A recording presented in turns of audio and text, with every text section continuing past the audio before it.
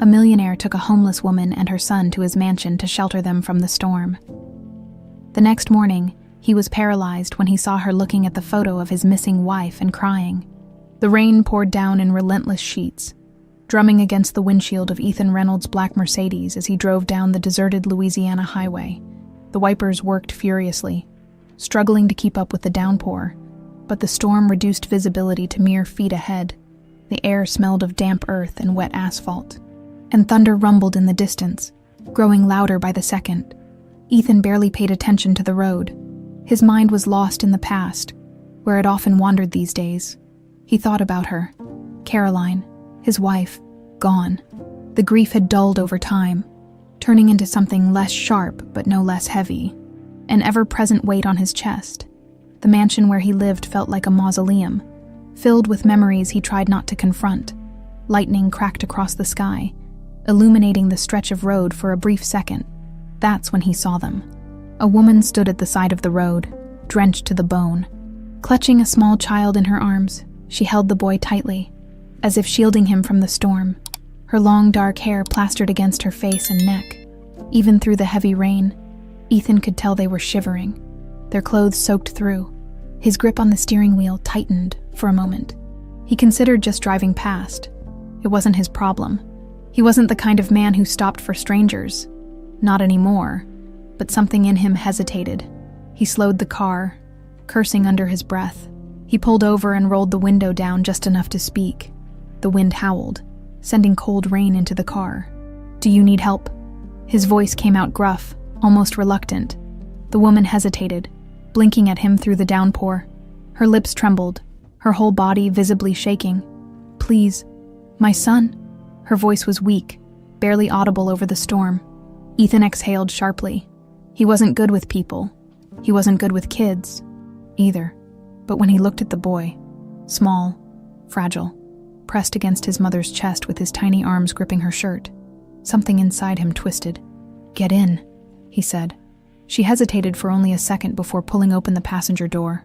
Ethan winced as rain blew into the car, soaking the leather seats. She slid in, clutching the boy tightly. The child barely made a sound, but Ethan could feel his nervous gaze darting toward him. Ethan turned the heat up, watching from the corner of his eye as the woman cradled the child, rubbing his arms to warm him. "What the hell are you doing out here in this storm?" he asked. Pulling back onto the road, the woman swallowed hard. We were walking. We got lost. Walking. In the middle of nowhere, at this hour." He shot her a sharp glance. "Where's your car?" "We don't have one." Ethan exhaled through his nose, gripping the wheel tighter. Something about her story didn't sit right with him. She looked too fragile, too exhausted. And the boy, Michael she had called him, hadn't said a single word. He just clung to his mother, his wide brown eyes darting around nervously, as if expecting something bad to happen. "You have a place to stay?" he asked after a long silence. She hesitated, then shook her head. "Of course not." Ethan ran a hand through his damp hair. He didn't want company. His house, his life, was built around solitude. He had learned to keep people at arm's length, but he couldn't just leave them out here. After a long moment, he muttered, "You can stay at my place tonight, just for the night."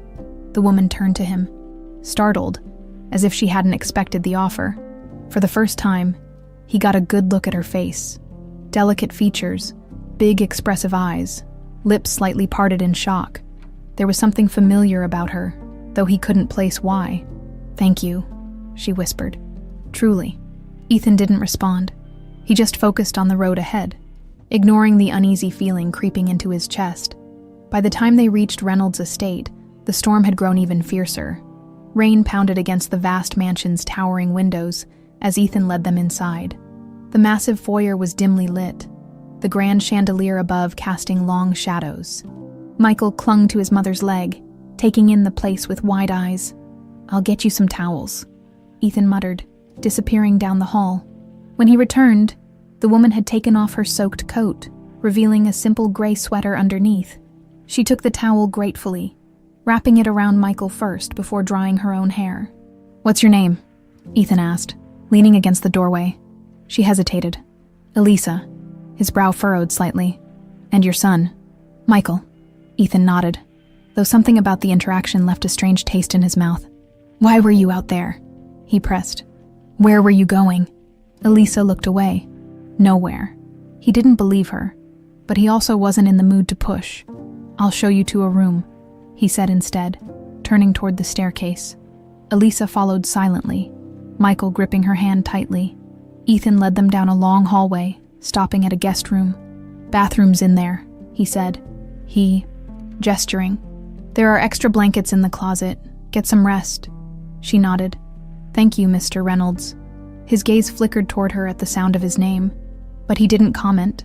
Instead, he gave a curt nod and walked away, retreating to his own room. Yet sleep didn't come easily that night. Somewhere deep inside, he knew this woman and her child weren't just lost strangers. Something about them didn't add up, and before long, he was going to find out why. Ethan awoke before dawn, the restless hum of his thoughts refusing to let him sleep. The storm had passed, leaving behind a thick, eerie mist that clung to the estate grounds. He sat on the edge of his bed, rubbing a hand over his face. Something about last night refused to settle in his mind. Elisa and Michael. The woman's eyes haunted him. There was something behind them, a weight, a sadness that felt too deep for someone so young. And the boy, he hadn't spoken a single word since stepping into the car. His silence unnerved Ethan more than he cared to admit. Shaking off the feeling, he threw on a shirt and made his way downstairs. The grand house was as quiet as ever, but this time, it wasn't empty. A muffled sound came from the living room. Frowning, Ethan followed the noise, stepping into the dimly lit room. His breath caught mid-step. Elisa stood in front of the fireplace, her back to him. In her hands, she held a photo frame, one he hadn't seen in years, a portrait of Caroline. His chest tightened, the sight of it bringing back a flood of memories he had buried long ago. He stepped forward, clearing his throat. Elisa flinched. She turned her head slightly as if waking from a trance, her fingers trembling around the frame. Ethan folded his arms. "Couldn't sleep." She hesitated before shaking her head. "Michael woke up early. He's still in bed, but I came down to get some water." Her voice was thin, distracted. Her gaze never left the photograph. Ethan sighed, walking past her toward the liquor cabinet. He poured himself a small glass of bourbon, even though it was too early for it.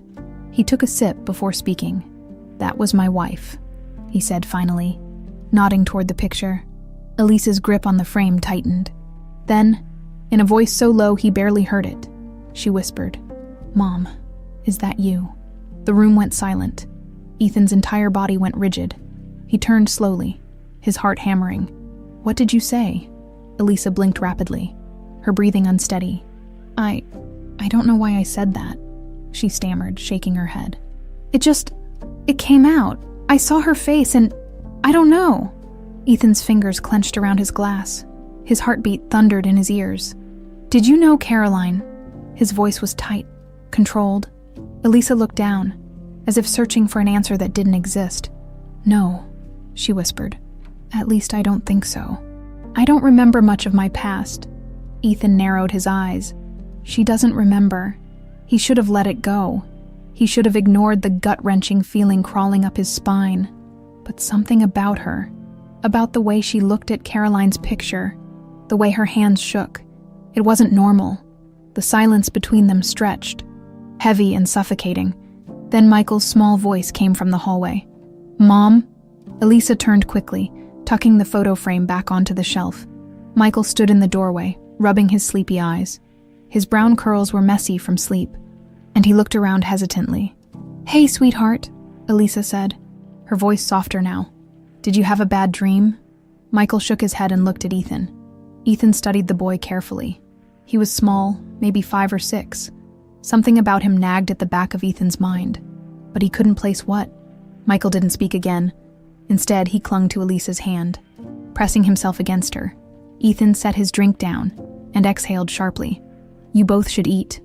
Elisa nodded quickly. "Right? Breakfast." She led Michael to the kitchen, and Ethan followed at a slower pace, his thoughts swirling. "Mom? Is that you?" That wasn't something people said by accident. Breakfast was a quiet affair. Elisa focused on feeding Michael, breaking small pieces of toast for him. Ethan observed them carefully. He noticed how Michael barely touched his food, how his little hands clenched around the edge of the table, tense. After a long silence, Ethan leaned back in his chair. "You never told me where you were coming from." Elisa hesitated, cutting Michael's pancake into tiny bites. "It's complicated." Ethan arched an eyebrow. "Try me," she sighed, pushing her hair behind her ear. We were staying with a friend, but it wasn't safe anymore, so I left." "Not safe," Ethan repeated, his suspicion deepening. Elisa avoided his gaze. "It's personal," Ethan huffed, tapping his fingers against the table. "You show up in the middle of a storm, with no car, no place to go, and no real explanation. Now you're standing in my house looking at pictures of my dead wife and calling her mom." His voice was sharp, edged with something dangerously close to hope, a hope he refused to acknowledge. Elisa swallowed hard. "I don't know why I said that," she admitted. Sometimes I remember things that don't make sense, pieces of something, but then they're gone again." Ethan felt his pulse quicken. He leaned forward. "Like what?" Elisa looked at Michael. The boy had stopped eating and was staring at his plate as if trying to disappear. After a long pause, she murmured, "A song." Ethan's chest tightened. "What song?" Elisa's lips parted, but she hesitated before quietly humming a lullaby, one so painfully familiar that it made Ethan's stomach drop. Caroline used to sing that song. His breath caught in his throat. He stared at Elisa, the room spinning slightly. No, it wasn't possible. It couldn't be. Elisa's voice trailed off, and she rubbed her forehead as if in pain. "I don't even know where I know it from," she whispered. Ethan stood abruptly, his chair scraping against the floor. His heart pounded like a war drum. "Excuse me," he muttered, stepping away from the table. He walked toward his study, his hands trembling. He needed answers. Elisa wasn't just some lost woman. She was connected to Caroline, to him, and he was going to find out how. Ethan shut the study door behind him, his mind spinning. He leaned against the desk, gripping its edge, trying to steady himself. The lullaby still echoed in his ears. Caroline's lullaby. How the hell did Elisa know it? His gut told him this wasn't a coincidence. The way she had looked at Caroline's picture, the way her hands trembled, and that moment when she had whispered, "Mom, is that you?" It wasn't random. Ethan exhaled sharply and pulled out an old wooden box from the bottom drawer of his desk. The box had remained shut for years. Inside, he kept all the files related to his daughter's disappearance, the one case that haunted him more than anything else. He flipped through the reports, his chest tightening as he saw her name, Eliza Reynolds, his daughter.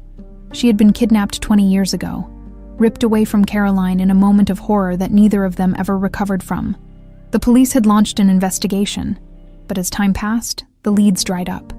Eventually, they declared her dead. Caroline had never accepted it. Ethan had tried to move on. He had buried his grief, buried his pain. But now, after all these years, a woman named Elisa, a name so damn close, had walked into his house, humming the same lullaby Caroline used to sing. It was too much. Could it be her? No. That was impossible, wasn't it? A knock at the study door made him snap his head up. He quickly shut the box, masking the storm brewing inside him. "Come in." Elisa hesitated at the doorway, holding Michael's hand. I wanted to thank you for letting us stay last night."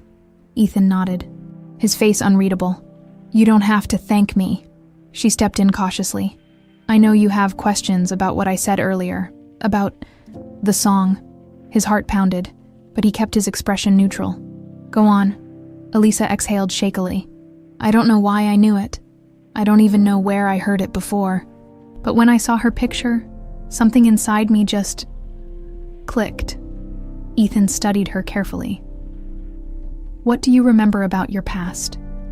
Elisa lowered her gaze. "Not much. Nothing."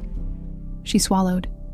"There are flashes, images I don't understand, a woman's voice, a man's shadow sometimes, a crib, a baby blanket." She hesitated before adding, "And a name, Eliza." Ethan's blood turned to ice, his hands clenched into fists, his heart hammering in his chest. She had remembered the name. He kept his voice steady. Who told you that name? I don't know, Elisa admitted, rubbing her temple as if trying to force the memories to surface. It's like it's buried deep inside me. But it's there. Ethan took a slow breath. He had to be careful. If he pushed too hard, she might retreat. But if he didn't push, he might never get the answers he needed. Do you know who your parents are? Elisa blinked at him, caught off guard. No, she admitted. I grew up in foster care. I don't remember my real family. Ethan inhaled sharply. Foster care? Had she been taken and placed in the system under a false identity? He felt his pulse quicken. Elisa, if you had the chance to find out where you really came from, would you want to know? She hesitated, holding Michael's small hand tightly. I don't know, she admitted. Part of me is scared of what I'll find. Ethan understood that fear all too well, but he needed the truth. That night, Ethan couldn't sleep. He sat in his study, staring at the photo of Caroline holding their baby girl, the last picture they had before she was taken.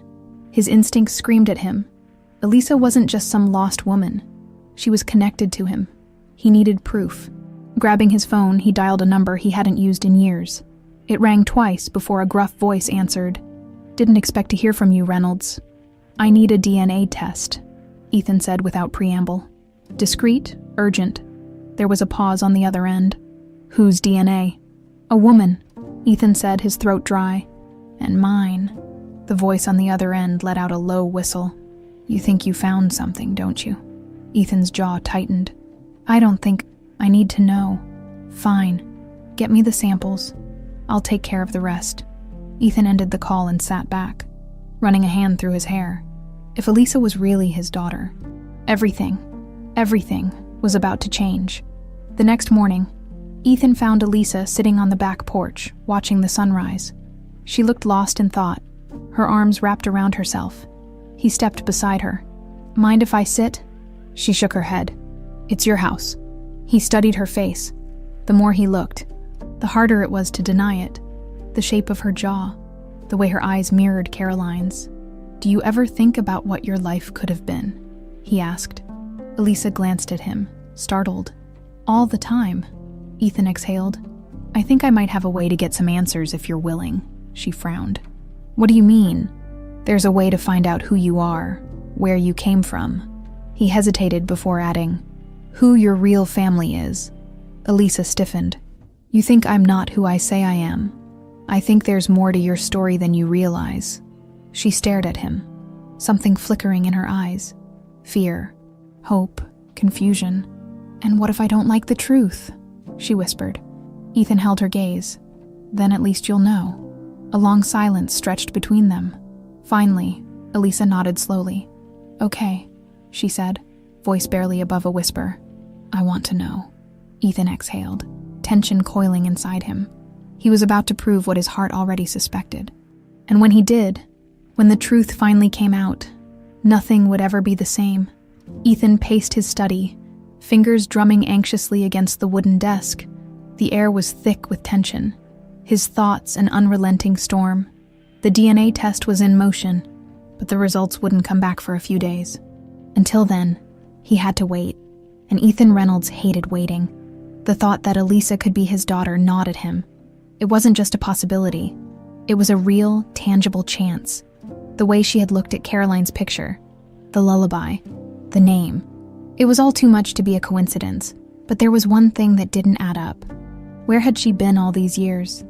If Elisa was his daughter, someone had taken her and made sure she never found her way back. Someone had erased her past, and Ethan wanted to know who. Elisa sat on the front porch, watching Michael chase butterflies in the morning sun. He still wasn't speaking much, but he was laughing, and that was a small victory. Her heart ached as she watched him. She wanted to give him a good life, a safe life. But how could she do that when she didn't even know where she truly came from? Ethan's offer from the night before still rang in her ears.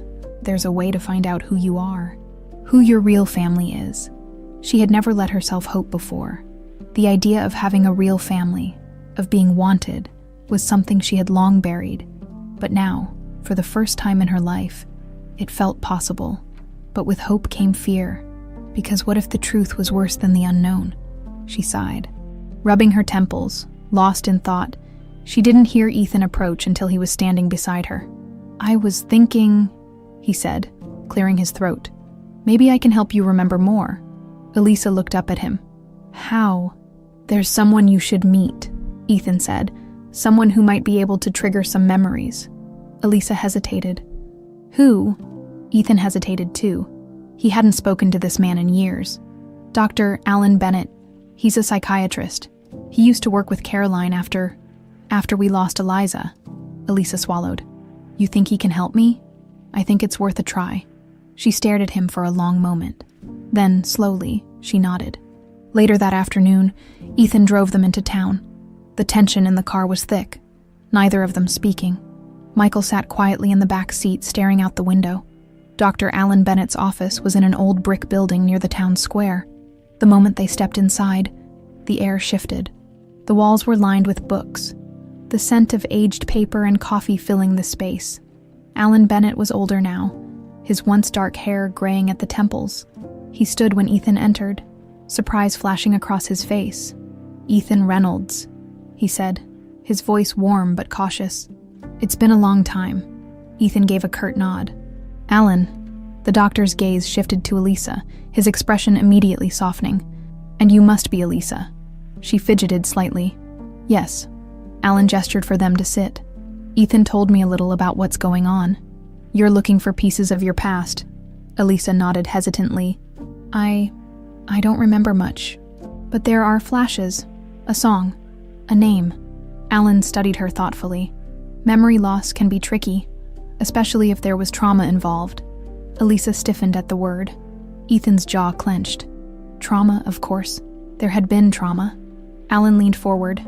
"I want to try something with you, Elisa. It's called guided recall. I'll ask you some questions, and I want you to just say whatever comes to mind, even if it doesn't make sense." Elisa hesitated, but then nodded. "Okay." Alan's voice softened. "Close your eyes." She did.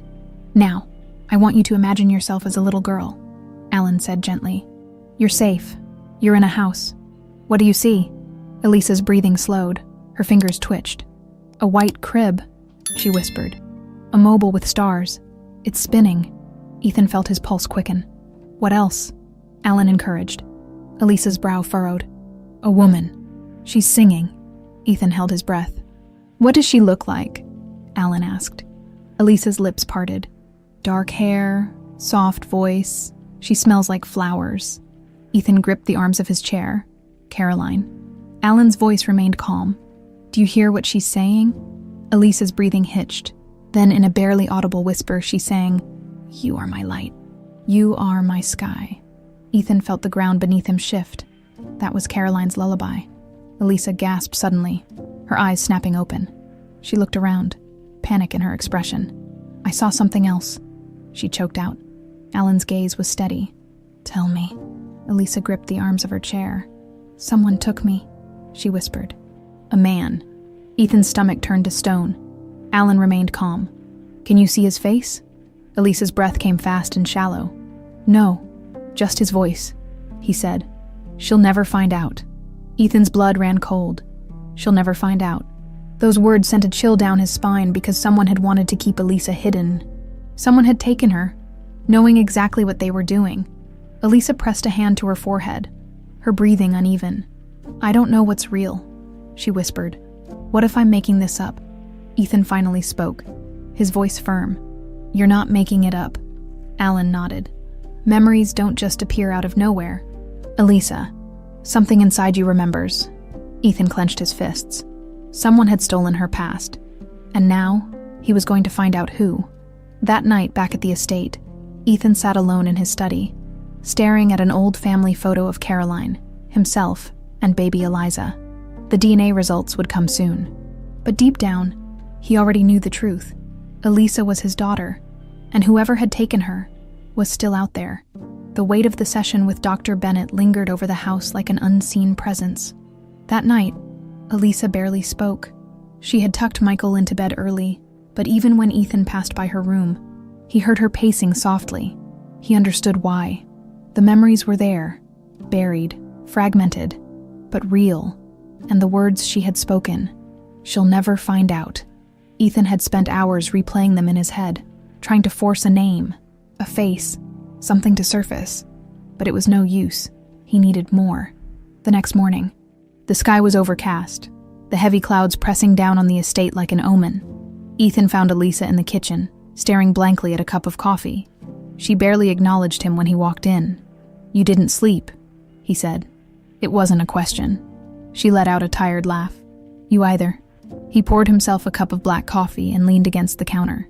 "You're remembering things," Elisa sighed. "Pieces, just flashes." She rubbed her temple. "I don't know what's real and what's just my mind playing tricks on me." Ethan studied her carefully. "The name, Eliza. You've remembered it before." She tensed. "Elisa," he said slowly. "What if the reason it feels familiar to you is because it was yours?" She let out a sharp breath. "That's crazy. Is it?" Ethan's voice was calm, steady. "You show up out of nowhere. You recognize a photo of my wife. You know a song only Caroline ever sang. And now you're remembering a name that happens to be almost identical to the one my daughter had before she was taken." Elisa shook her head, but he could see it, the fear creeping into her expression. I don't know," she murmured. "Even if that were true, why wouldn't I remember anything more?" Ethan hesitated before speaking. "Because maybe someone didn't want you to." Elisa's grip on her coffee cup tightened. The thought made her stomach churn. Ethan took a slow breath, setting his cup down. "If I could prove it, if I could prove beyond any doubt that you're Eliza Reynolds, would you want to know?"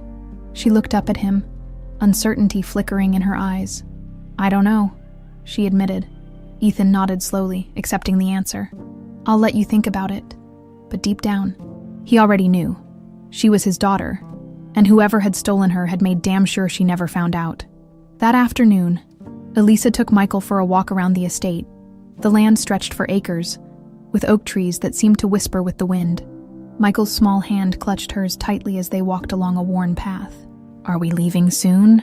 he asked quietly. Elisa stiffened. "Why would you ask that?" Michael shrugged. "Because we always do." Her heart squeezed painfully. Because we always do. For years she had moved from place to place, never settling, never feeling safe. And Michael had learned this wasn't the life she wanted for him. And yet, the thought of staying here, of facing the truth, terrified her. She knelt in front of him, brushing his curls back gently. "Would you like to stay?" Michael hesitated. Then, he nodded. Elisa swallowed the lump in her throat. Then maybe it was time to stop running. Later that evening, Ethan received an email. The DNA test results had arrived. His hands were steady as he opened the document. He read the results once, then twice. His breath caught in his throat. 99.9%. Match. He let out a slow, shaky breath, pressing a hand to his mouth. It's her. Elisa was his daughter. Ethan had spent 2 decades believing she was dead. Caroline had died grieving for a child she thought she lost forever. And now, the truth was staring back at him. He closed the laptop and sat there for a long time, his chest rising and falling with unsteady breaths. How the hell was he going to tell her? An hour later, Ethan found Elisa standing on the back porch, watching the sky darken into deep blues and purples. "I need to talk to you," he said. She turned, sensing something in his tone. "What is it?" Ethan hesitated for a long moment. Then, finally, he pulled the folded test results from his pocket and handed them to her. She frowned, taking them carefully. "What is this?" "Just read it." Her eyes scanned the paper, her brows furrowing. Then suddenly her breath hitched. She looked up at him, shaken. What is this?" Ethan swallowed hard. "Proof." Her hand trembled. "Proof of what?" His voice was quiet, but firm. "That you're my daughter." Silence stretched between them. Elisa's fingers curled around the paper, her breathing uneven. "No," she whispered. "Elisa, listen to me." "No," she said again, stepping back. "That's not possible." "It is," Ethan insisted. "You are Eliza Reynolds, my daughter. You were taken when you were a baby." Her whole body was trembling now. "No," she whispered, shaking her head. "That's a mistake. I don't remember any of that." Ethan's chest tightened. "Because someone didn't want you to."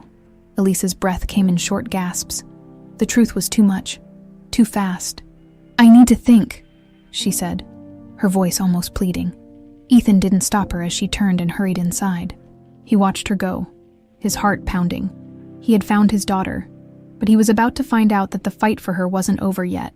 Elisa shut the door behind her and pressed her back against it, her breath coming in shallow gasps. Her hands trembled as she clutched the DNA results, the words blurring in front of her eyes. 99.9% match, Eliza Reynolds. No, it wasn't possible. She had spent her entire life not knowing where she came from.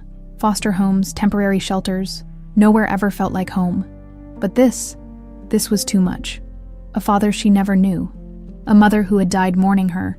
It felt like her entire identity had been ripped away, leaving her with nothing but a hollow sense of fear and confusion.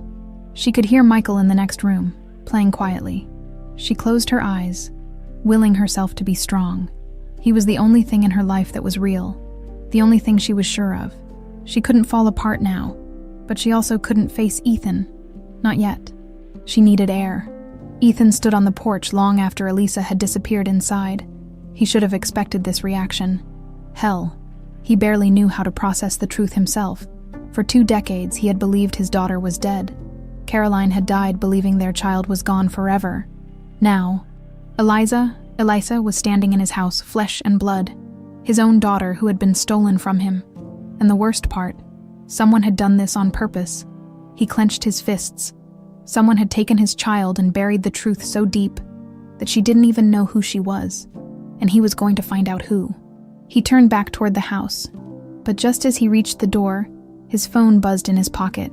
Pulling it out, he frowned at the unknown number. He answered cautiously, "Reynolds." There was a pause, then a voice, low, smooth, and laced with amusement. Well, looks like you finally found her." Ethan's entire body went rigid. Who the hell was this? "Who is this?" he demanded, his voice sharp. A chuckle. "Come on, Ethan, you already know." The voice sent a chill down his spine, something familiar about it, something oily and calculated. Ethan's jaw clenched. "What do you want?" The man on the other end sighed. "I think the real question is, what are you going to do now that you know?" Ethan's stomach twisted. This man knew Elisa's identity, which meant, "You're the one who took her." A beat of silence, then another low chuckle. "Not exactly, but I was there. And I can tell you one thing, Ethan. You weren't supposed to find her." Ethan's grip on the phone tightened. "Where the hell has she been all these years?" Another chuckle, this one colder. "Now, where's the fun in just telling you, but I will say this. You're digging into something that a lot of people would rather keep buried." Ethan's blood ran cold. "Who are you working for?" A sharp inhale on the other end. "You ask too many questions, old man."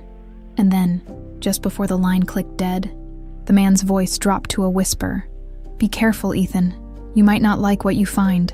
The call ended.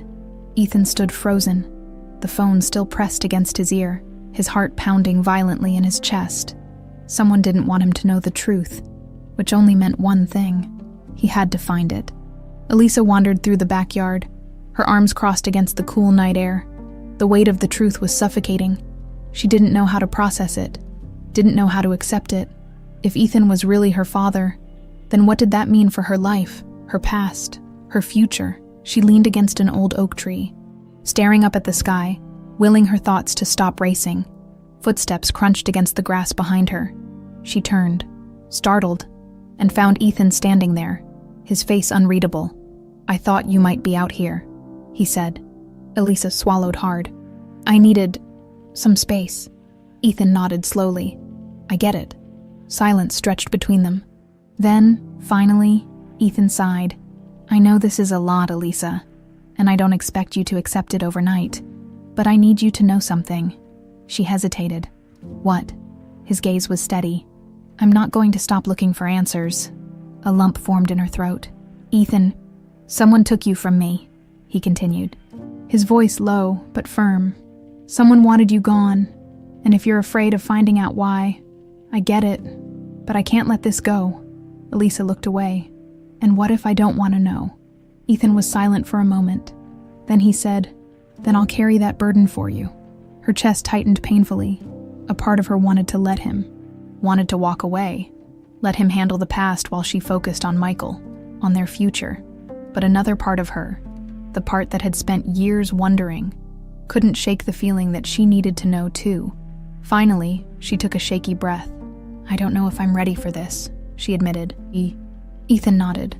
"That's okay." Another pause. Then, softly, he added, "You don't have to be ready. You just have to trust me." Elisa swallowed hard. Trust. She had never trusted anyone before, but maybe, just maybe, it was time to start. Later that night, Ethan sat in his study, staring at the old family photo of Caroline and baby Eliza. His phone was still on the desk, the call from earlier replaying in his head. You weren't supposed to find her. Whoever was behind this had covered their tracks well, but they had made one mistake. They had underestimated him. Ethan Reynolds had lost too much in this life, and now that he had found his daughter, there was nothing that would stop him from uncovering the truth. Ethan barely slept that night. He sat in his study for hours, the phone call replaying in his head like a haunting echo. You weren't supposed to find her. That voice, laced with amusement yet dripping with warning, made his blood boil. Someone had taken his daughter, erased her past, and built a life around a lie. And now, they wanted him to walk away. But that wasn't going to happen. Not now. Not ever. By dawn, Ethan had already made up his mind. He needed to know who was behind this. Elisa woke up with a dull ache in her chest. As if the weight of yesterday still pressed against her ribs, she moved quietly through the house, not wanting to wake Michael. Her thoughts were a mess, tangled between past and present, truth and fear. She still didn't know what to do with the knowledge that Ethan was her father. What did that even mean? Could she just wake up and suddenly feel like someone's daughter? As she stepped into the hallway, she spotted Ethan standing near the staircase, phone in hand, his expression grim. She hesitated. "You're up early." He glanced at her, pocketing his phone. "Didn't sleep much." Elisa crossed her arms, asked her. "Thinking about the test results," Ethan exhaled. "Thinking about the people who took you." She stiffened. He studied her for a long moment before speaking again. "I got a call last night. Someone knew about the test." Her breath caught. "What?"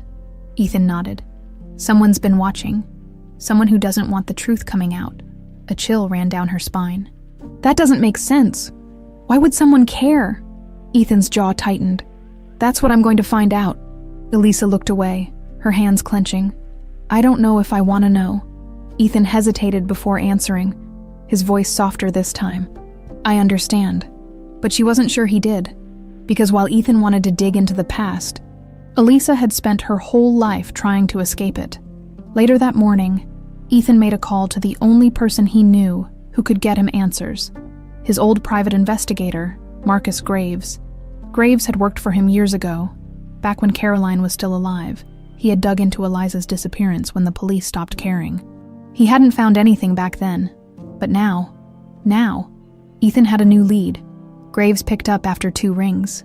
"Didn't think I'd hear from you again, Reynolds?" Ethan didn't waste time. "I need information." Graves chuckled. "That's usually how this works." "What kind?" 20 years ago, my daughter was taken." Graves went silent. "Yeah, I remember. She's alive." Another beat of silence. Then, a sharp intake of breath. "Hell," Graves muttered. "You sure?" "Positive." Graves let out a low whistle. "All right. What do you need?" "I need to know who took her, and why." Graves exhaled. "That's a big request. Someone covered their tracks well if she's been missing this long." "I don't care what it takes," Ethan said firmly. "Find out who did this, and find out if they're still watching." There was a pause. Then, Graves said, "I'll see what I can dig up." Ethan ended the call and set his phone down. Now, he waited. Elisa sat on the back porch, watching Michael play with a stick, drawing shapes in the dirt. Her mind was still spinning. Ethan was her father. She had a mother she never knew, and someone had stolen her from them. She didn't know how to process that. Did she even want to? The sound of approaching footsteps made her look up. Ethan stood nearby, watching her carefully. "Can I sit?" he asked. She nodded hesitantly. He lowered himself onto the porch steps beside her, stretching his legs out. Silence hung between them for a moment before he finally spoke. "I hired someone to look into what happened to you." Elisa tensed. "Ethan, you don't have to be involved," he interrupted gently. "But I can't let this go." She swallowed, looking down. And what if we don't like what we find? Ethan let out a slow breath. Then at least we'll know. She hugged her knees to her chest. I don't know who I am without the gaps in my past. What if I don't like the person I was supposed to be? Ethan turned to her, his voice steady. You're my daughter. That's who you are. A lump formed in her throat. She wanted to believe him.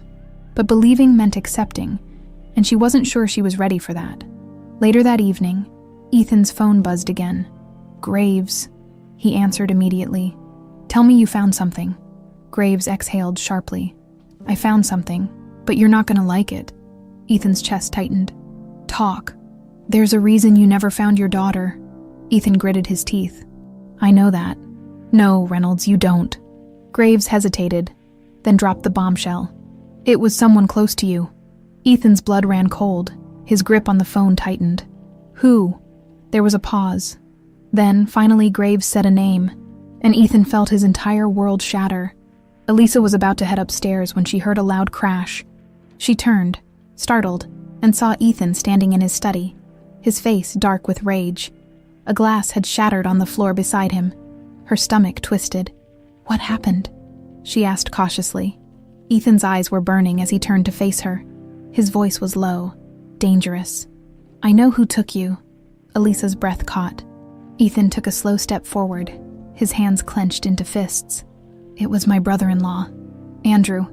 Ethan's words hung in the air like a loaded gun, their weight pressing down on the room with suffocating intensity. Elisa's heart pounded. Andrew. She swallowed hard, her pulse thrumming in her ears. What did you just say? Ethan clenched his jaw. Andrew took you. His voice was low, seething, barely controlled. Caroline's own brother. He stole you from us. Elisa shook her head, backing up a step. That doesn't make any sense, doesn't it? Ethan's voice was sharp, his anger barely contained. He ran a hand through his hair, his mind racing with the information Graves had given him. Elisa felt her stomach churn. You're saying my whole life was a lie? Ethan's chest rose and fell heavily. Yes. The walls around her seemed to close in. The air felt too thick, too heavy. She pressed a hand to her forehead. This wasn't happening. It couldn't be Andrew. She barely knew anything about the man, only that Caroline had spoken of him when she was alive, and now Ethan was telling her that he was the reason she had spent her entire life feeling lost. Her throat tightened. Why? Her voice was barely above a whisper. Ethan's fists clenched. Because of money. Elisa blinked, struggling to keep up. What? Ethan exhaled sharply, forcing himself to calm down enough to explain. Caroline and I came from different backgrounds. My wealth came from business, but her family had old money, generations of it. When she and I got married, her inheritance was untouched, but in the event of her death, it would go to her next of kin, unless she had a child. Elisa's breath hitched. If you had stayed, Ethan continued, his voice rough, Caroline's fortune would have eventually gone to you, but if you were gone, her stomach dropped. It would go to Andrew. Ethan gave a slow, grim nod. He had everything to gain from making sure you disappeared. Elisa's hands curled into fists. So he stole me. For money. Ethan's voice was tight with rage. It wasn't just about the money. Andrew always resented Caroline. He thought she was weak. Too sentimental. He didn't want her to have a family outside of what he controlled. Elisa felt sick. So, what did he do with me? Ethan's expression darkened. That's what I don't know yet, but he made sure you never found out who you were. Elisa took a shaky step back. This is insane. I know. She felt like the floor had been ripped out from under her. The life she thought she had lived, the identity she had struggled to understand, was built on a foundation of lies. Ethan took a slow step toward her. Elisa, I need you to listen to me. She looked up at him, her chest tight. Andrew knows we're getting close. His voice was grim. The call I got yesterday wasn't a warning. It was a threat. Elisa's fingers trembled. You think he's watching us? Ethan exhaled sharply. I think he never stopped. That night, Elisa couldn't sleep. She lay in bed, staring at the ceiling, her mind racing. Andrew.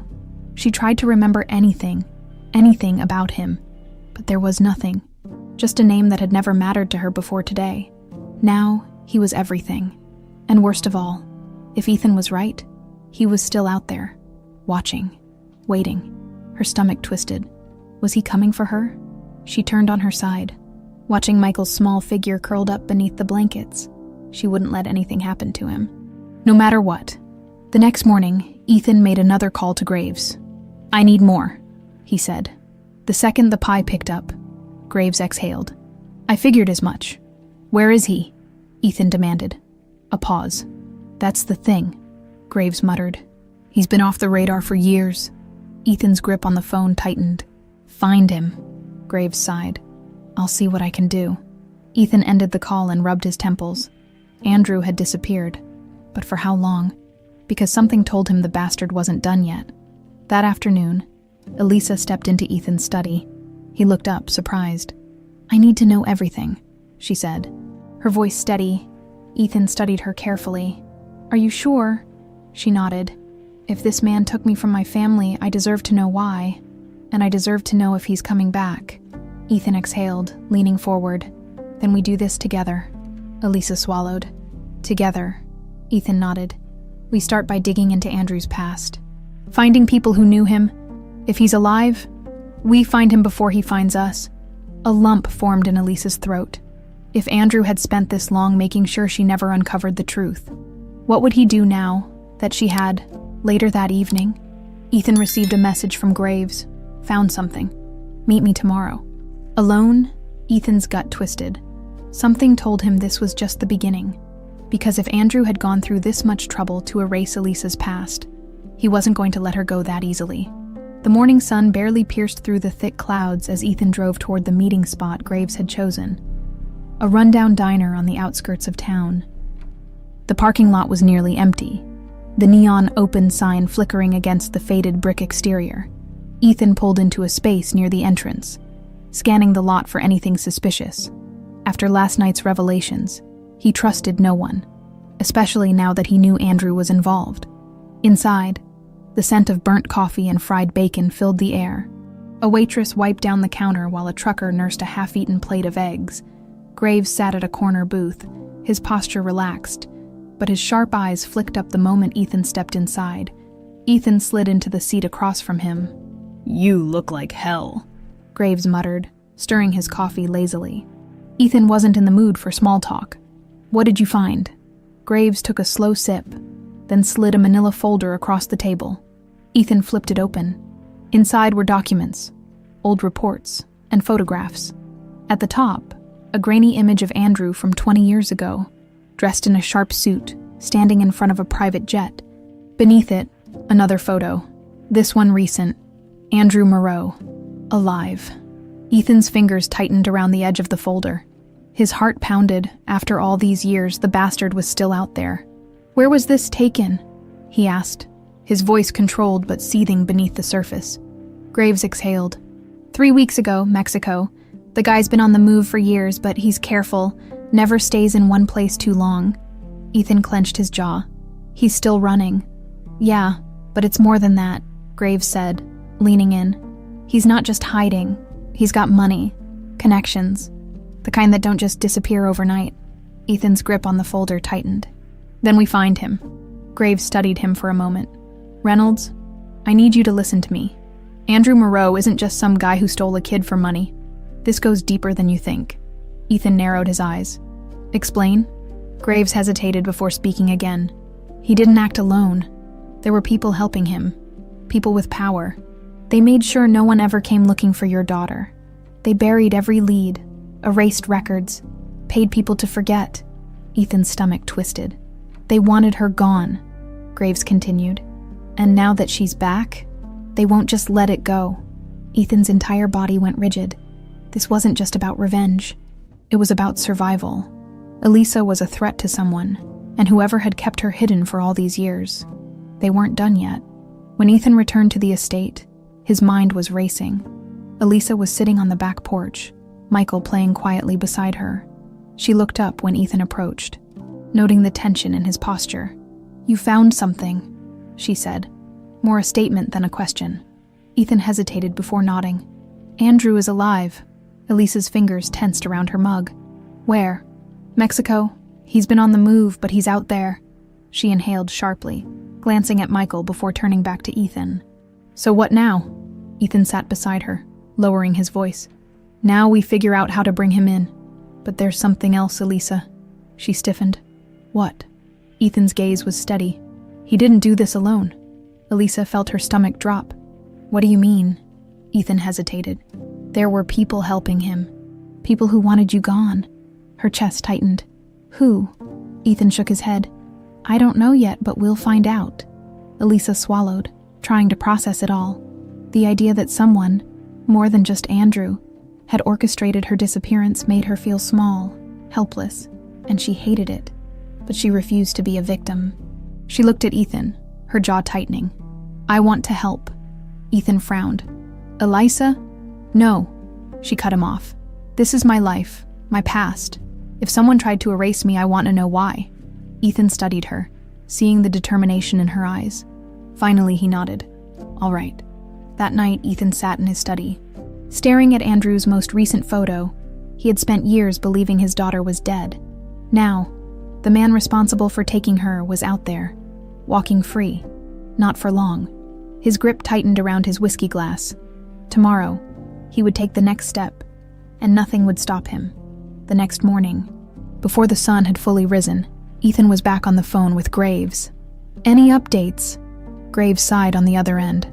I got a lead on a guy who used to work for Andrew back in the day. Name's Victor Hale, ex-lawyer. Got his hands dirty in a lot of places. If anyone knows how Andrew pulled this off, it's him. Ethan's jaw tensed. Where is he? Somewhere in New Orleans, Graves replied. Not exactly the kind of guy you find in a phone book, though. Ethan grabbed his car keys. I'll find him. That afternoon, Ethan drove to the French Quarter, where Graves had tracked Hale's last known location. The streets were alive with tourists, music, and the ever-present hum of the city. But Ethan wasn't here to enjoy the view. He pulled up in front of a small, run-down bar, the kind of place where people went when they didn't want to be found. Inside, the air was thick with the scent of cheap liquor and bad decisions. A few men sat at the bar, and in the farthest booth, a man in his 60s nursed a drink, his salt and pepper beard unkempt. Ethan walked up to him, his presence commanding. Victor Hale. The man stiffened, his fingers tightening around his glass. Who's asking? Ethan leaned in. The man whose daughter was stolen 20 years ago. Hale went pale. Ethan sat across from him, his eyes cold. You're going to tell me everything you know about Andrew Moreau. The older man swallowed hard, his hands shaking slightly. I don't know what you're talking about. Ethan's voice was low, dangerous. You're going to talk, Hale. Because if you don't, he leaned in closer. I'll make sure you regret it. Hale's breath hitched. He glanced around the bar, as if searching for a way out. But there wasn't one. Not anymore. Victor Hale's fingers trembled as he set his drink down, his eyes darting around the dimly lit bar as if expecting someone to come to his rescue. But there was no escape. Not from Ethan Reynolds. Ethan leaned forward, his piercing gaze locking onto the older man. Let's not waste time, Hale. We both know you worked for Andrew Moreau. Hale swallowed hard, his Adam's apple bobbing. I don't... Ethan's voice dropped, deadly quiet. Don't lie to me. The tension in the booth was suffocating. Hale exhaled shakily, rubbing a hand over his face. I haven't seen Moreau in years. That's not what I asked. Ethan said, his patience razor thin. I asked what you know. Hale hesitated, then sighed. Fine, yeah, I worked for him, a long time ago. He looked down at his glass. But if you think I had anything to do with... Ethan cut him off. Where is he now? Hale chuckled darkly. You don't just find Andrew Moreau. If he doesn't want to be found, he won't be. Ethan's jaw tightened. I don't need your excuses. I need answers. Hale sighed again, reaching into his pocket. Ethan tensed slightly, but the man only pulled out a crumpled napkin and a pen. He scrawled something onto the napkin, then slid it across the table. Ethan glanced at it. An address. What's this? Hale's voice dropped lower. It's a safe house. One of Andrew's old ones. He might not be there now, but he used it recently. Ethan folded the napkin and tucked it into his pocket. And why are you telling me this? Hale let out a bitter laugh. Because I know what kind of man he is, and I know what he's capable of. His expression turned grim. If you're going after him, Reynolds, be careful. Ethan's eyes were cold. I'm not afraid of Andrew Moreau. Hale shook his head. You should be. Ethan stood up, his hands resting on the table. One last thing. Hale hesitated. What? Ethan's voice was lethal. Who helped him take my daughter? Hale's face paled. He looked around the bar again, as if the walls had ears. Finally, he whispered, the Morrows weren't the only ones involved. Ethan's entire body tensed. Who else? Hale hesitated, then shook his head. I've said enough. Ethan slammed his fist against the table, making Hale jump. Tell me who? Hale swallowed hard. If I tell you that, I'm as good as dead. Ethan leaned in, his voice dark. You're already a dead man if you don't. Hale's face twisted in conflict. He opened his mouth, then froze. His eyes widened in horror. Ethan barely had time to react before Hale's body jerked violently forward, a thin red line appearing at his throat. The bar erupted into chaos. Hale clutched his neck, gasping for air as blood spilled over his hands. His body convulsed, then went limp. A gunshot rang out, shattering a glass behind Ethan's head. Sniper. Ethan didn't hesitate. He dove for cover, his mind racing. Someone had just silenced Hale, someone who didn't want him talking. He cursed under his breath. They knew he was here, shoving the napkin into his pocket. Ethan rushed out the back door, staying low. A second gunshot barely missed him, hitting the brick wall inches from his head. They were watching. They had always been watching. Back at the estate, Elisa paced in the living room, her nerves frayed. She had barely spoken all morning, her mind replaying Ethan's words from the night before. Andrew isn't working alone. The thought made her stomach churn. How many people had helped take her? How many people had made sure she never found out the truth? Michael sat on the couch, playing with a small wooden truck, oblivious to his mother's distress. Elisa exhaled shakily, forcing herself to stay calm. For him. But deep down, fear gnawed at her. She had spent years running, never knowing why. Now, the truth was coming out, and it was more terrifying than she ever imagined. A sudden noise made her jump, tires screeching outside. She turned sharply toward the window, her pulse racing. Seconds later, the front door flew open, and Ethan stormed inside, his face grim. Elisa, pack a bag, he ordered. She frowned. What? We have to go now. She took a step toward him, alarmed. Ethan, what happened? He exhaled sharply. Hale's dead. Elisa's breath caught. What? Someone killed him before he could talk. She felt a chill run down her spine. You mean... Yes, Ethan interrupted. They knew I was there. They're watching us. Elisa felt her knees go weak. Michael looked up, sensing the tension. Mom? Elisa turned to him, forcing a smile despite the fear gripping her chest. It's okay, sweetheart. But it wasn't okay. Nothing was. She turned back to Ethan. Where are we going? Ethan's jaw tightened.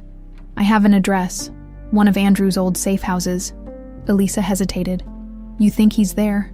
I don't know, Ethan admitted. But it's our only lead. Elisa swallowed hard. And if this is a trap, Ethan's voice was cold, then we walk straight into it. An hour later, they were on the road.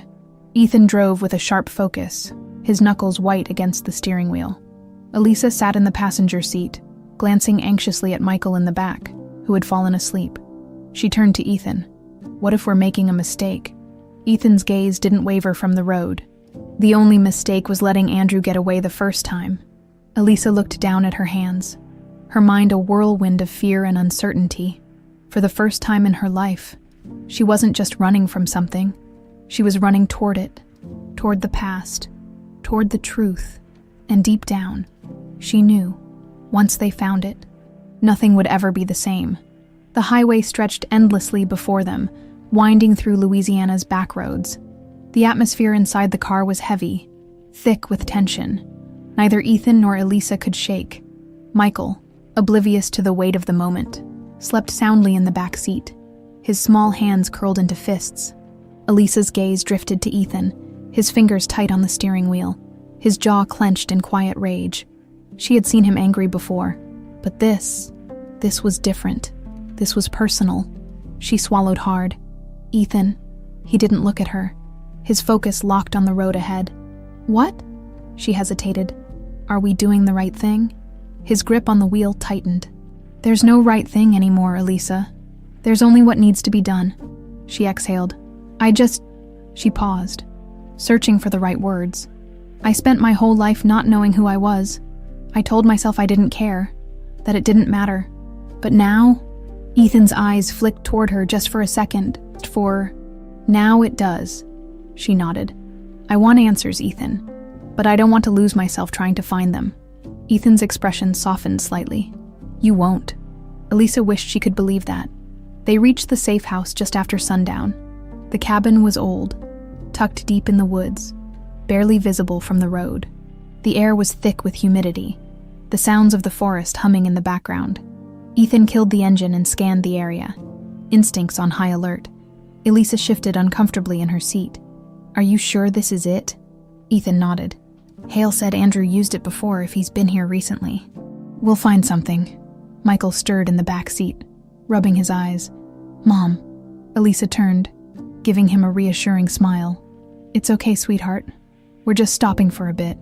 Ethan pulled his gun from the glove compartment, checking the chamber. Elisa stiffened at the sight. He caught her reaction and sighed. We don't know what we're walking into. She swallowed but nodded. I get it. Still, it didn't make her feel any better. Ethan opened the door first, stepping onto the gravel driveway. The air was still, too still. Elisa unbuckled Michael and lifted him into her arms before stepping out. Stay close. Ethan approached the cabin cautiously. Gun at his side, the front door was slightly ajar, the lock broken. His stomach churned. Someone had been here. He signaled to Elisa to stay back as he pushed the door open. The hinges creaked, the interior shrouded in shadows. Ethan stepped inside, scanning the room. Empty, but something was off. Dust coated the furniture, but the floor near the kitchen had fresh footprints. Someone had been here recently. Elisa followed cautiously, Michael clinging to her side. She glanced around, her heart pounding. Ethan. He held up a hand. Stay here. Moving deeper into the cabin, he checked each room. No one, but when he entered the back bedroom, he froze. There, on the old wooden desk, sat a manila folder. His name was printed on the front. Ethan Reynolds. His stomach twisted as he reached for it, flipping it open. His own face stared back at him. A surveillance photo from 2 nights ago, taken outside his estate. His blood ran cold. They weren't just watching, they were waiting. Back in the living room, Elisa paced, trying to keep her breathing steady. The cabin felt wrong. Something about it sent shivers down her spine. Michael clung to her hand. Mom, I don't like it here. She squeezed his fingers. I know. Baby, we won't stay long. Ethan reappeared, his expression dark. He held up the folder. We have a problem. Elisa's stomach dropped. What is that? Ethan exhaled sharply. They've been watching us. Watching me. Elisa's breath hitched. What? Ethan tossed the folder onto the coffee table, flipping through the pages.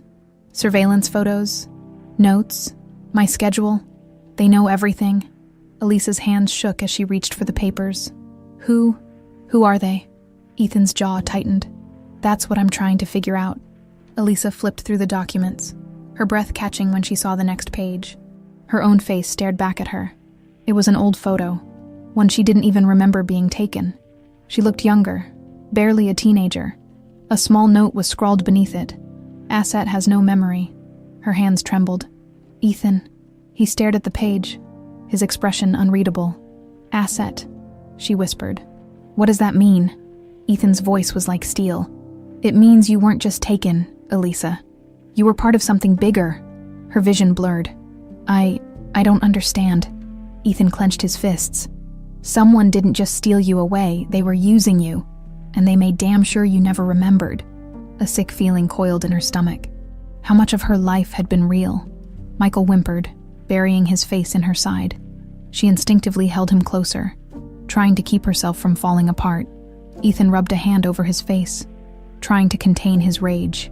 Andrew wasn't working alone. He was answering to someone. Elisa's breath hitched. Who? Ethan hesitated before pulling out the last document in the file. A single name was written at the top. Elisa stared at it, her entire body going rigid. A. Moreau. Her voice shook. Andrew. Ethan nodded grimly. He's not just running, Elisa. He's still pulling the strings. Elisa's hands tightened into fists. For so long, she had run from her past. Now, it was time to face it. Her voice was steady, her fear replaced by something colder. We find him. Ethan met her gaze, the same fire burning in his eyes. We end this. The weight of the folder sat between them like a bomb waiting to detonate. Elisa's fingers traced the edges of the surveillance photos. Her mind racing. The fact that Andrew had never stopped watching made her feel exposed. Like prey. Ethan paced the room, his fury barely contained. This wasn't just about keeping you hidden. They were keeping tabs on you. Elisa forced herself to swallow the fear rising in her throat. Why?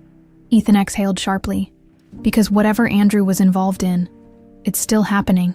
She looked down at the old photo of herself. The words, "Asset has no memory," etched beneath it. Asset, not child, not victim. Asset. Her hands trembled. What the hell had they done to her? Michael shifted beside her, his small fingers gripping her sweater. Mom? His voice was sleepy, confused. She quickly turned to him, forcing a soft smile. It's okay, sweetheart. But it wasn't. Nothing was okay. Ethan stopped pacing and turned to her. We need to move. We can't stay here. Elisa frowned. You think they know we're here? Ethan's jaw tightened. They knew where I was 2 nights ago. It's only a matter of time before they come looking. Elisa swallowed hard.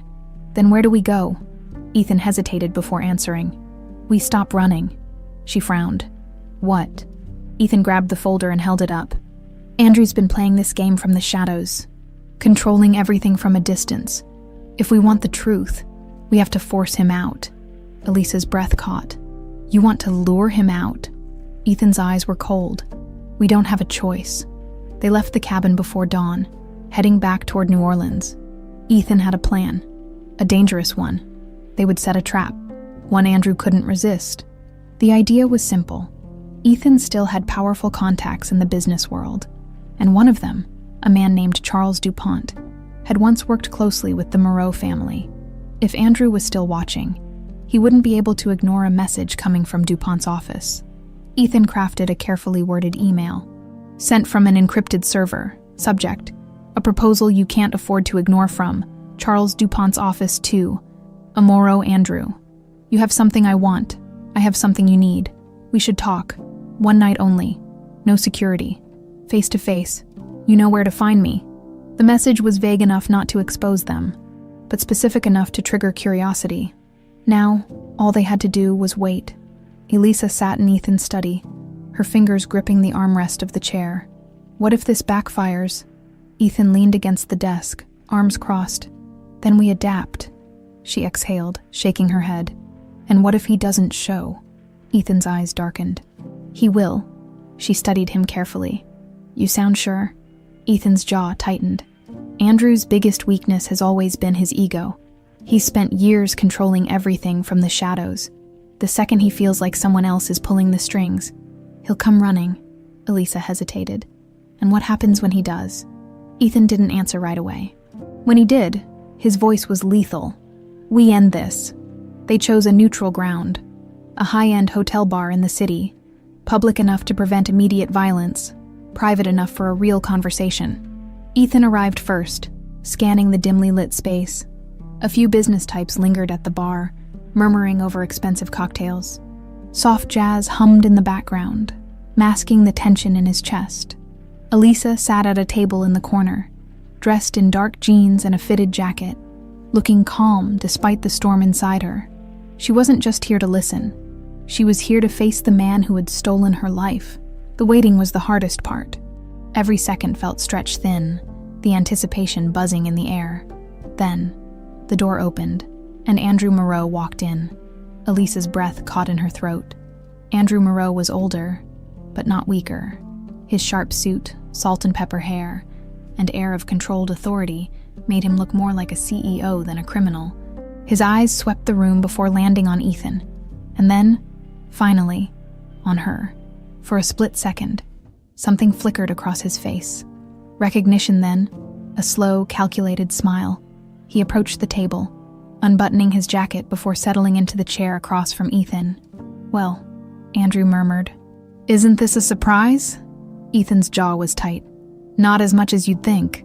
Andrew leaned back, his expression smug. "I have to say, Ethan, I expected you to be smarter than this, luring me into some cheap setup." He smirked. "I expected more from you." Ethan's gaze was ice cold. "This isn't a setup." Andrew raised a brow. No. Ethan's voice dropped lower. "This is a warning." Andrew chuckled, shaking his head. "You think you can threaten me after all these years?" Elisa couldn't take it anymore. She leaned forward, her voice sharp. "You stole my life." Andrew turned to her slowly, his expression unreadable. Then, to her shock, he laughed. "Oh, Eliza." He shook his head. "You were never supposed to come back." Her stomach twisted. "Why?" Andrew's smile faded. "Because you were meant to be forgotten." Her blood ran cold. Ethan's fist slammed against the table. "You took her from us." Andrew met his gaze, unflinching. "And what are you going to do about it?" Ethan exhaled sharply. "I don't think you understand the position you're in." Andrew smirked. "I understand perfectly. You think you've won because you finally found her. You think you can fix what's already broken?" Elisa's hands curled into fists. "I'm not broken." Andrew's eyes darkened. "Then let me tell you something, dear niece." Ethan cut him off. "Don't call her that." Andrew ignored him, his gaze locked on Elisa. "There are things about your past you don't remember. And if I were you, I'd leave them buried." Elisa's breath caught. Ethan's entire body tensed. Andrew's smirk returned. "Walk away now, and you'll never have to know the truth." Elisa's heart pounded. "And if I don't?" Andrew's voice was quiet, deadly. "Then you'll wish you had." Elisa's breath felt trapped in her chest. The air in the hotel bar was thick, pressing against her like an invisible weight. Andrew's words echoed in her mind. "Then you'll wish you had." She clenched her fists under the table, refusing to show weakness. This was the man who had stolen her from her family, the man who had orchestrated her erasure. And now, he sat across from her, taunting her with a truth he knew she desperately wanted. Ethan's patience snapped first. "Cut the theatrics, Andrew. You've had 20 years to control the story. That ends today." Andrew smirked, swirling the whiskey in his glass. "You always were so dramatic, Ethan. It's exhausting, really."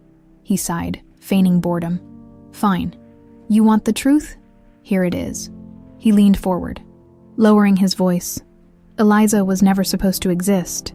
Elisa's heart pounded. "What?" Andrew's smirk didn't fade. Caroline was weak, sentimental.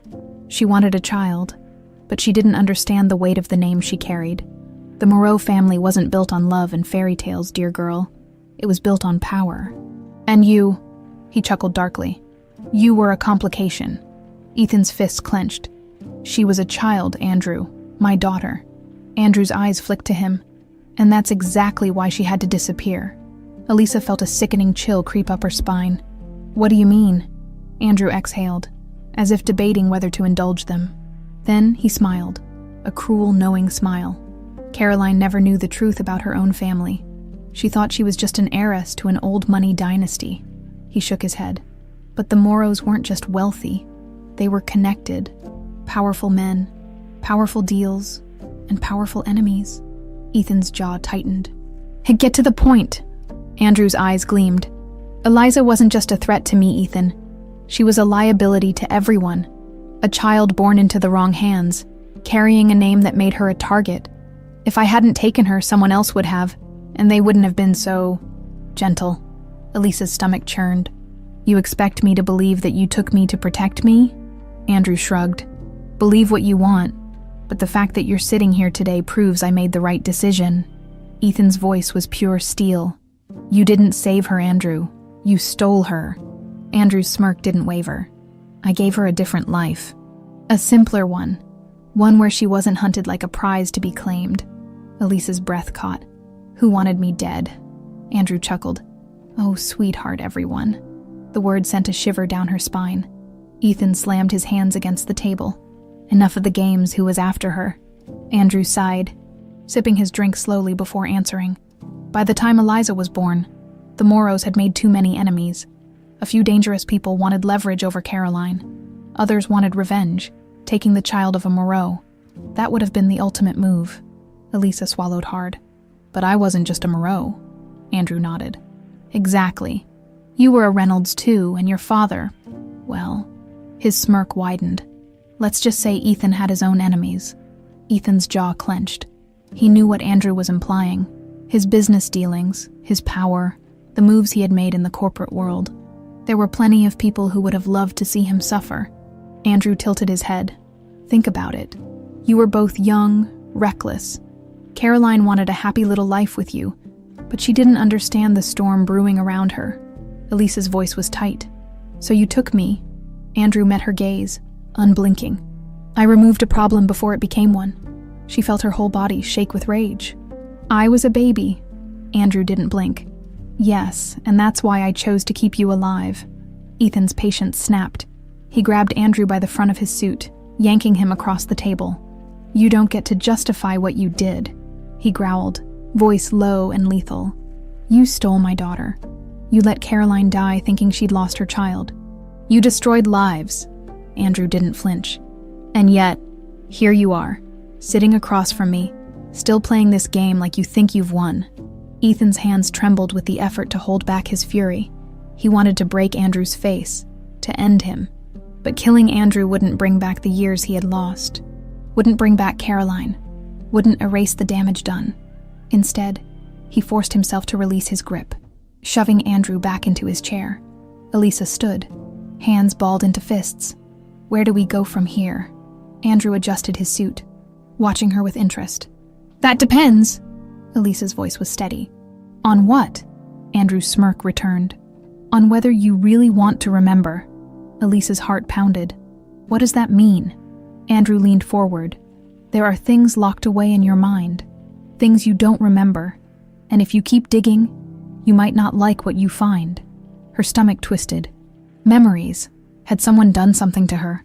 Andrew watched her reaction with amusement. Walk away now, and you can live the rest of your life without knowing. Elisa's nails dug into her palms.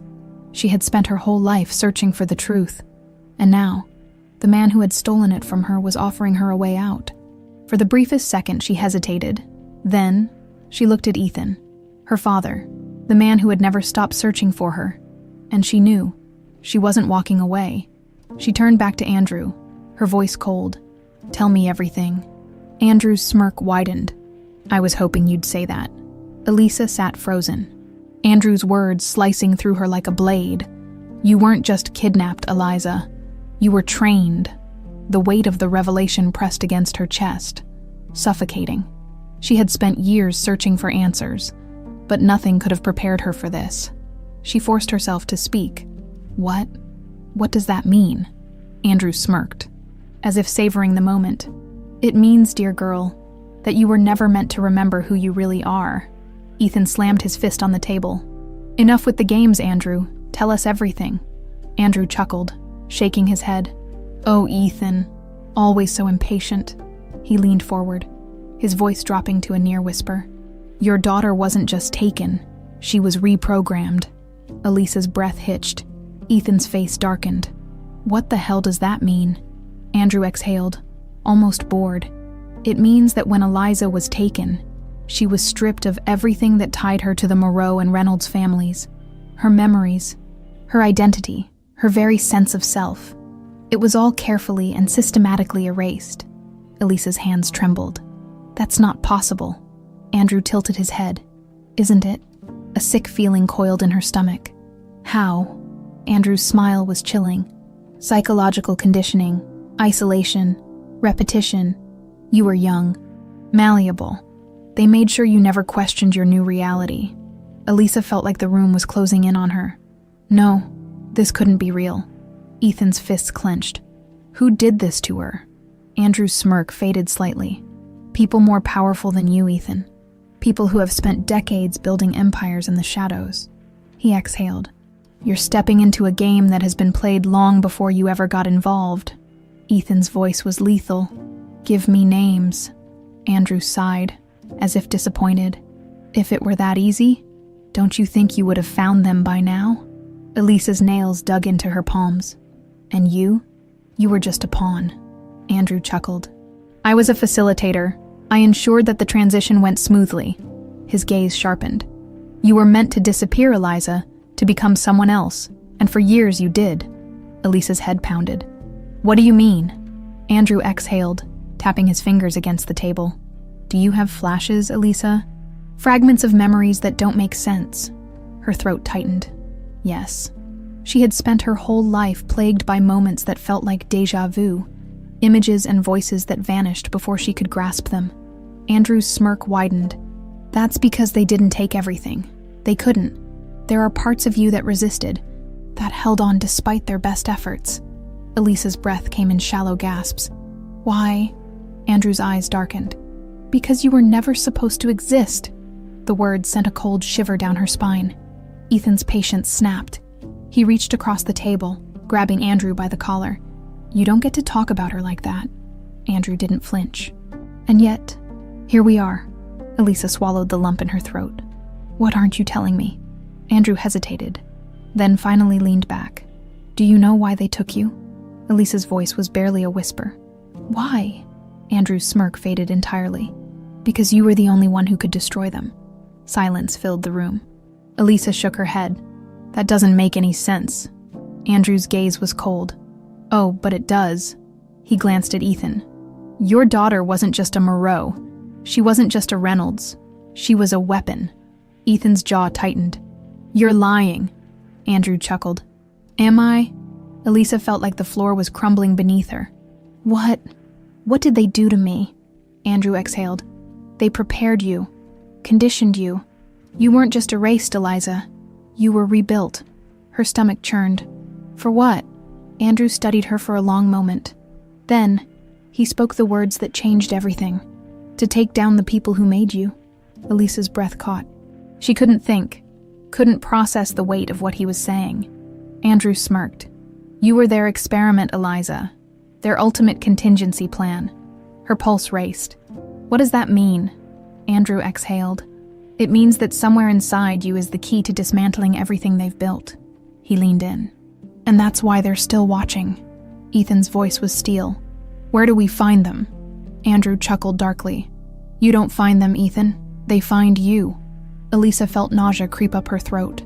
All her life, she had felt like she was running from something she didn't understand. Now she knew why. She wasn't just running, she was hunted. Ethan's voice was calm, but filled with quiet rage.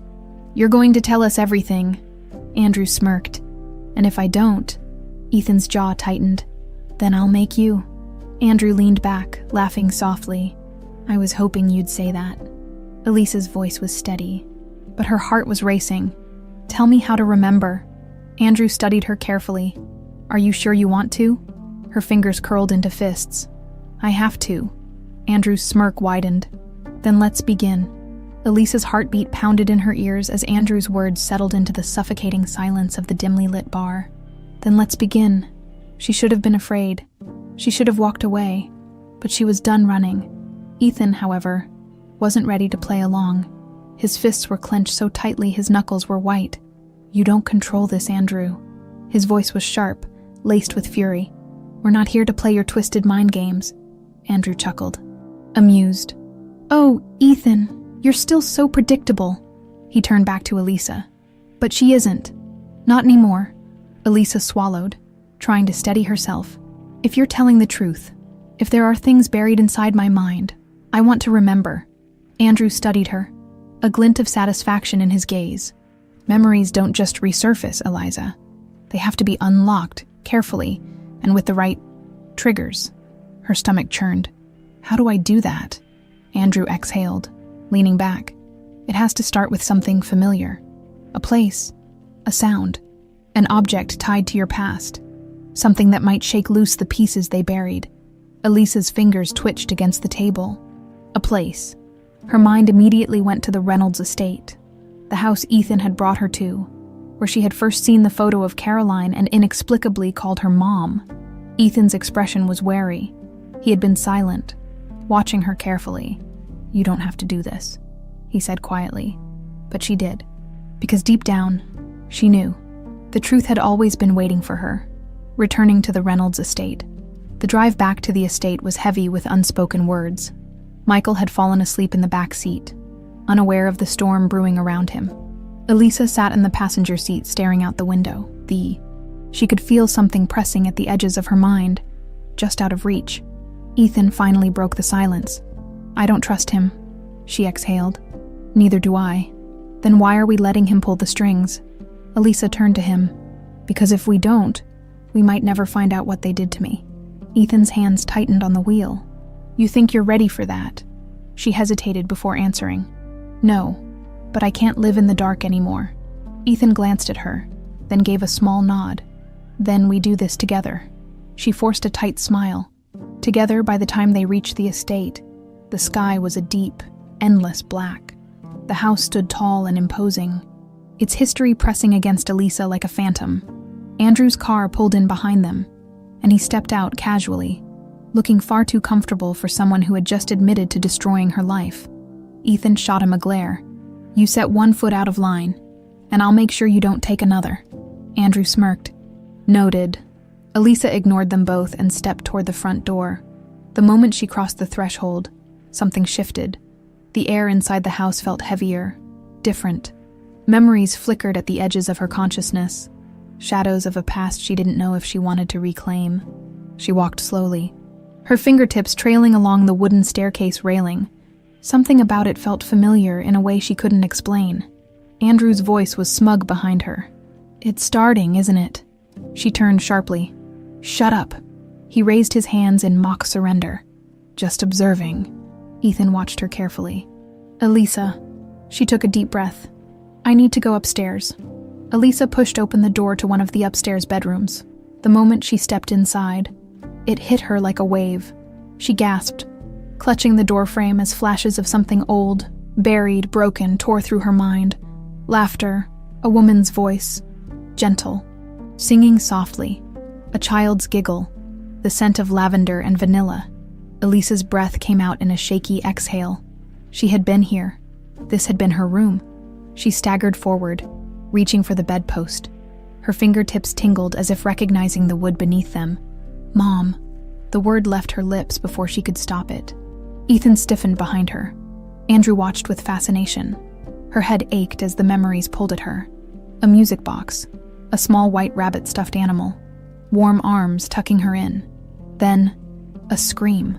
Her heart lurched as something darker surfaced. Flashes of chaos, a woman's sobs, strong arms grabbing her, a hand covering her mouth. Pain, fear, darkness. She gasped, stumbling backward, her chest heaving. Ethan was there in an instant, steadying her. "Elisa, what is it?" She pressed a shaking hand to her forehead. I remember something." Ethan's grip tightened. "What did you see?" Elisa's throat was dry. She swallowed hard, forcing the words out. "They took me. From here." Ethan's face darkened. Andrew, still leaning against the doorframe, sighed. "Well, that's progress." Ethan shot him a murderous glare. "If you don't shut the hell up." Elisa raised a trembling hand. "Wait!" She turned back to the room. To the bed, the dresser. Something else was trying to break free. She needed more. Her gaze landed on the closet. A rush of cold fear washed over her. She knew. That was where she had been hiding. With slow, measured steps, she crossed the room and reached for the doorknob. Her fingers barely brushed it before the memory slammed into her. A dark figure, heavy footsteps. The closet door yanked open. Blinding light. Strong hands dragging her out. A voice. "Shh, little one. You're not meant for this life." Then, "Darkness!" Elisa screamed. She fell backward, her knees hitting the floor as she clutched her head, gasping for air. Ethan was there, gripping her shoulders. "Elisa, talk to me." She was shaking, her entire body trembling. Andrew's voice was eerily calm. Well, looks like she found the first door." Ethan turned on him. "What the hell is happening to her?" Andrew sighed. "She's unlocking the pieces, but if she keeps going, she might not like what she finds." Elisa barely heard him. Her mind was spinning, her pulse hammering in her ears. She had seen his face, the man who had taken her, and for the first time, She had something to chase. She sucked in a sharp breath. She was going to find him. And when she did, she would end this. Elisa's body trembled as she sat on the floor of the old bedroom, her breath coming in short, shallow gasps. Ethan was kneeling beside her, gripping her shoulders, his face a mixture of concern and rage. She had seen it. His face. The man who had ripped her from this house, from her mother's arms. The man who had taken her into the shadows of a life that had never truly felt like her own. And now, after years of living in the dark, she finally had a piece of the truth. Elisa. Ethan's voice was low, steady, but there was an edge of fear beneath it. Talk to me. What did you see? Her throat was dry. Her mind was still spinning, but she forced herself to say it. A man, she whispered. He pulled me from the closet. Ethan's grip on her tightened. Who? Did you see his face? She swallowed hard, forcing the image back to the surface. It was blurry, hazy with the fear of a child's memory, but it was there. A tall man, strong, dressed in black, dark eyes, a scar along his jawline, and something else. A ring. Elisa's eyes widened as the detail hit her like a shockwave. He was wearing a ring. Ethan's expression sharpened. What kind of ring? She squeezed her eyes shut, trying to focus. A crest. A family crest. I don't know what it means, but it was important. Andrew, who had been standing near the doorway, smirked. Now that's interesting. Ethan stood, turning on him. What do you know? Andrew raised his hands in mock innocence. Nothing specific, but I do know that very few men wore that crest. His smirk widened. And even fewer are still alive today. Elisa's heartbeat pounded. Who? Andrew exhaled dramatically. If I tell you, do I get a prize? Ethan lunged for him, grabbing him by the front of his shirt and slamming him against the wall. I am so close to snapping your neck, Andrew. Andrew chuckled, completely unfazed. Fine, fine. He adjusted his jacket as Ethan shoved him back. The crest belonged to a select group of men. Men who worked in the shadows, who made things happen when things needed to disappear. Elisa's chest tightened. Disappear. Andrew nodded. Your family, both sides, had enemies, and sometimes enemies required removal. She swallowed hard. You mean assassination? Andrew tilted his head. I mean, a highly exclusive, highly dangerous network of men who operated under the guise of silent influence. Men who didn't leave loose ends. He smiled slightly. Except apparently, one. Ethan's jaw clenched. Who? Andrew exhaled. The ring you saw. It belonged to an organization known as the Order of Orion. Elisa's stomach dropped. The name sent chills through her. It felt familiar, like a whisper in the back of her mind. Ethan frowned. Never heard of them. Andrew smirked. Of course not. That's the point. Elisa's fingers curled into fists. Who was the man that took me? Andrew shrugged. If I had to guess, there's only one name that fits the description. Ethan's patience was wearing thin. Say it. Andrew finally leaned in, his voice low. Victor Langley. Elisa's breath hitched. Something inside her snapped. A flash of a memory. A deep voice. A cold hand on her shoulder. The sound of boots on a marble floor. She knew that name. And suddenly, everything inside her burned with one singular purpose. Find him, hunting a ghost. Ethan wasted no time. As soon as Andrew said the name, he pulled out his phone and dialed Graves. The investigator picked up almost immediately. Tell me you have something. I have a name, Ethan said. Victor Langley. Find him. There was a pause. Then, Graves exhaled sharply. Jesus, you just kicked the hornet's nest. Ethan's grip on the phone tightened. You know who he is. I've heard the name, Graves admitted. And trust me, Reynolds, if this is the guy who took your daughter, he's not someone you want to find. Elisa took the phone from Ethan's hand, her voice cold. I don't care what he is, find him. Another pause, then Graves sighed. I'll see what I can do. The call ended. Ethan turned to Andrew. If Langley is part of this so-called order, how do we get to him? Andrew smirked. Oh, Ethan, you're already playing the game. The second you said his name out loud. He knew. Elisa's stomach twisted. What do you mean? Andrew leaned against the wall. Men like Langley don't just vanish. They watch. They listen. And when someone starts looking for them, They make sure they're the ones who get found first. A chill ran down Elisa's spine. Ethan clenched his jaw. Then let's make sure we're ready for him. The storm approaches for the next 2 days. Ethan and Elisa prepared for what they knew was coming. Graves called back with intel. Langley had been in Europe for years, but something had drawn him back to the States. Ethan had a feeling he knew what. Her. Elisa spent hours going through the memories that had resurfaced, forcing herself to remember. She went through old family documents, photos, anything that might trigger more pieces of the past. And finally, on the 3rd night, the first warning arrived. Ethan had just poured himself a drink when the security system blared to life. His gun was in his hand in an instant. "Elisa," he called.